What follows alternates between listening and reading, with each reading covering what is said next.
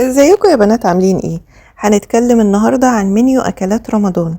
جايبالكم النهاردة منيو ب30 اكلة للشهر كله، كلها اكلات متنوعة عشان تبهريهم كل يوم. 30 اكلة ل30 يوم. لو اول مرة بتشوفيني فانا امنية علي ودي قناتي. ما تنسيش اللايك والشير والاشتراك في القناة وتفعلي الجرس على الكل عشان يوصلك كل جديد.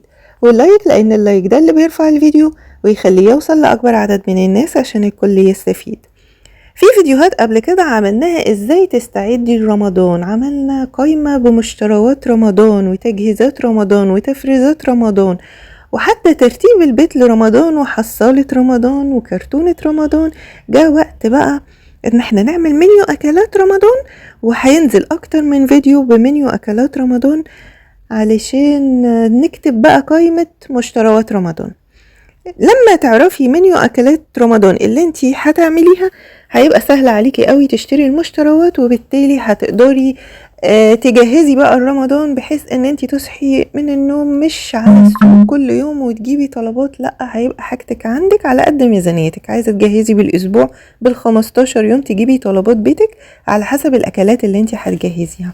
تصحي من النوم تجيبي الحاجة تطلعيها من الفريزر، تفك، تنضفي في البيت، تعملي شوية حاجات، تقري قرآن، تصلي حاجة، تفك، تبدأي تجهزي، تستقبلي الفطار كده وانتي مرتاحة، وبعد الفطار تشطبي المطبخ، هتلاقي نفسك بقى مستعدة للتراويح وللروحانيات والجو الحلو بتاع رمضان.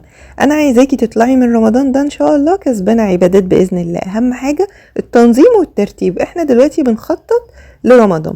نبدأ مع بعض دلوقتي. اقولك على منيو الاكلات، هقولك على اكلات فيها بلحوم وممكن تخليها اكلات اقتصادية، يعني ممكن تمشيها يوم بلحوم ويوم اكلات اقتصادية. تشيلي اللحمة من الوجبة اللي انا هقولك عليها، كل حد على قد امكانياته وعلى قد ميزانيته. انا هقولك فكرة وانتي شوفي ايه اللي يريحك.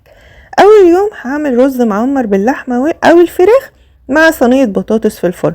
عملنا رز معمر قبل كده على القناة، سواء باللحمة او الفراخ، او كان الطاجن نفسه ما فيهوش طاجن رز من غير لحمة وفراخ، يعني عملناه باكتر من طريقة. تاني يوم هيبقى طاجن لحمة، طاجن بامية باللحمة مع رز بالشعرية وليمون، ممكن تشيلي اللحمة. تالت يوم هيبقى كفتة رز. كفتة الرز بتبقى مثلا ربع كيلو لحمة مفرومة مع نص كيلو رز، بتضربيهم في الكبة مع بصلاية وفصين توم وشوية ملح وكمون وفلفل، وبتشكليهم وتعمليهم بقى بالخلط مع رز بالشعرية ومخلل. رابع يوم مكرونة وبطاطس محمرة، عايزة تعمليها ببانيه تمام، عايزة تعمليها ببيض تمام، عايزة تعمليها من غير ده ومن غير ده، ويوم بالريح أكلنا كذا يوم لحوم تمام. عايزة تمشي المنيو بتاعك يوم لحوم ويومين 3 أكلات عادية، على حسب ميزانيتك. أنا بقولك فكرة. اليوم الخامس لوبيا مع لحمة ورز بالشعرية، عايزة تعملي اللوبيا قرديحي ورز بالشعرية بتبقى حلوة جدا. اليوم السادس مكرونة حمرا وبانيه وسلطة ومخلل ولو في كاتشب تمام. اليوم السابع فاصوليا بيضة مع رز بالشعرية، سواء تعمليها باللحمة او من غير، هي بتبقى حلوة. اليوم الثامن مسقعة باللحمة المفرومة او من غير، وبطاطس محمرة مع جرجير ومخلل. اليوم التاسع رز بسمتي بالكركم وفراخ مشوية، عايزة تعملي فرخة كاملة تمام، تعملي أجنحة أو دبابيس اللي يريحك.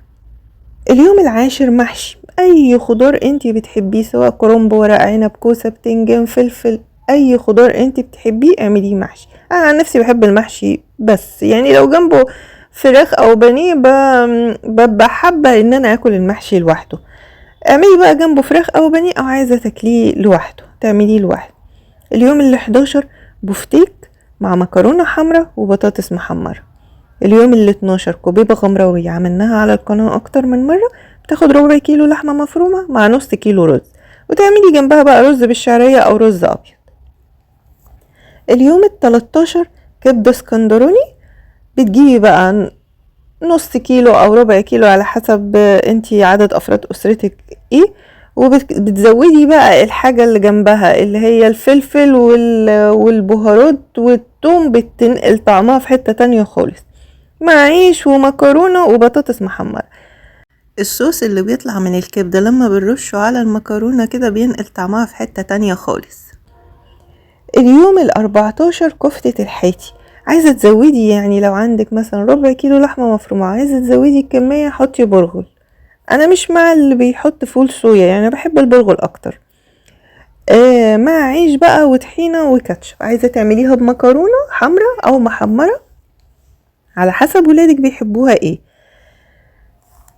اليوم ال15 بقى بيتزا بالطريقة اللي بتحبيها. عايزاها بالفراخ، انت عارفة انا لما بجيب الفراخ مثلا واقول له اعملها لي بانيه وشاورما وكده بيديني الهياكل، بجيب الهياكل اسلقها واطلع اللحمة اللي فيها بعملها للبيتزا. يعني مش بقطع من الصدور بعملها مثلا جايبة فرختين 3 بيطلع لي كمية حلوة من الهياكل بعملها على البيتزا بصراحة يعني.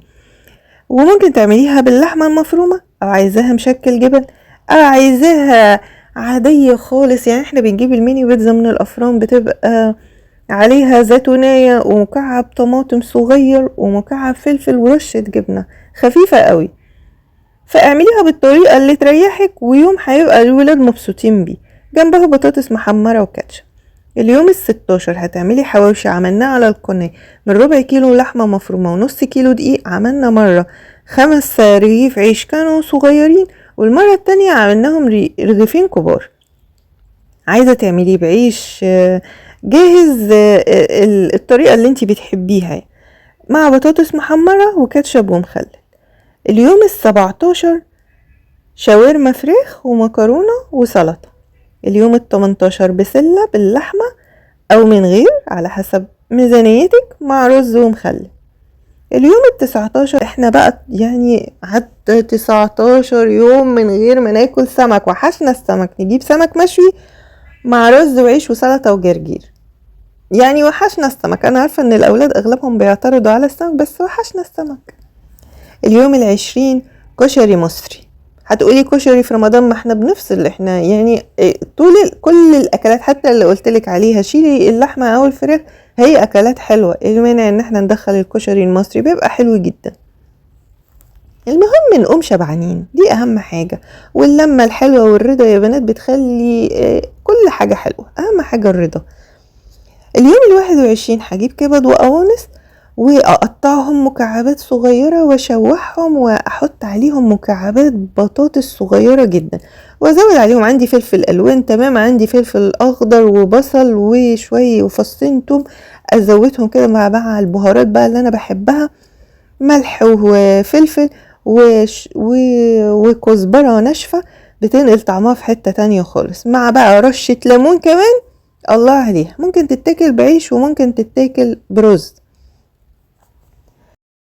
اليوم ال22 صينية سمك مع رز صيادية. عملنا صينية السمك على القناة كانت خطيرة جدا. سمك بقى بالخضار ونوع السمك اللي انت بتحبيه سواء بلطي او سردين، نوع السمك اللي انت بتحبيه حطي تحتيه بقى الخضار اللي انت عايزاه، فلفل الوان وفلفل اخضر وشرايح بصل، كل ده تقطعيه شرايح مع البصل والبطاطس والطماطم وقلبيهم كلهم بقى بالبهارات بتاعه السمك والملح والكمون وليمون وخل وزيت، وكمان احشي السمكة من الحاجات دي.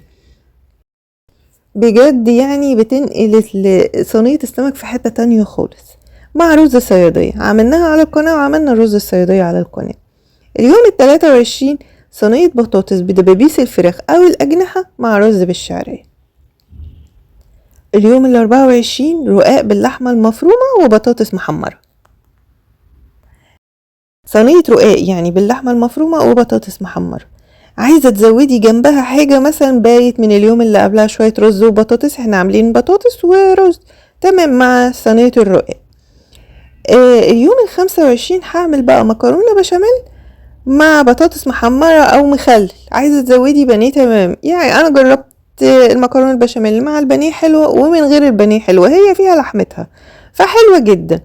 يعني ممكن تمشيها اليوم ده مكرونة بشاميل وبطاطس محمرة او مخلل بتبقى حلوة جدا. اليوم ال26 هتعملي برجر بس مش جاهز، انتي اللي تبقي جايبه اللحمه وعاملاه وعيش وجبنه اي نوع جبنه بقى مع بطاطس محمره وسلطه وكاتشب ومخلل ولو عندك مايونيز. اليوم ده هيعجب ولادك جدا جدا. اليوم ال27 بقى هيبقى ملوخيه وفراخ محمره ورز أو دبابيس فراخ أو ملوخية ورز وعيش. اليوم ال28 هعمل صينية بطاطس بكرات اللحم مع رز بالشعرية أو رز. هجيب البصل وأقطعه شرايح والبطاطس أقطعها شرايح وأتبلهم بالملح والفلفل وأعمل عصير طماطم وأحط عليها بس معلقة سمنة، واجي على اللحمة أجيب اللحمة المفرومة أعملها بطريقة الكفتة مع تفل البصل، وأبدأ أعملها في شكل كور وأتبلها بالملح والفلفل ولو عندي بهارات كفتة تمام أحطها بقى كرات لحم كده على صينية البطاطس وأغطيها بالفويل أو بغطاء الصينية وأدخلها الفرن. بتبقى حلوة جدا يا بنات مع رز بالشعرية. اليوم ال29 هعمل كشري أصفر مع بيض وبطاطس محمرة وسلطة، واجيب البصل الصغير قوي اغرزه في الكشري بينقل طعمه في حتة تانية خالص. ما عنديش بصل صغير ممكن اجيب بصلة وسط واقطعها مكعبات واقلبها مع الرز والعدس كده بتخلي طعمه مزبت كده بتنقل طعمه في حتة تانية خالص. اليوم ال30 سمك سنجاري مع رز. عملنا 30 أكلة ل30 يوم في رمضان. انتي بقى على حسب ميزانيتك ممكن تعملي يوم أكلات بلحوم ويوم اقتصادي، تمشيها يوم كده ويوم كده، أو عايزة تمشي الأيام كلها لحوم تمام، عايزة يومين في الأسبوع أكلات اقتصادية على حسب ميزانيتك. أهم حاجة يا بنات الرضا واللمة الحلوة. ما تنسوش تقولولي رأيكم في التعليقات، وما تنسوش اللايك والشير والاشتراك في القناة وتفعلوا الجرس على الكل عشان يوصلكم كل جديد. مع السلامة.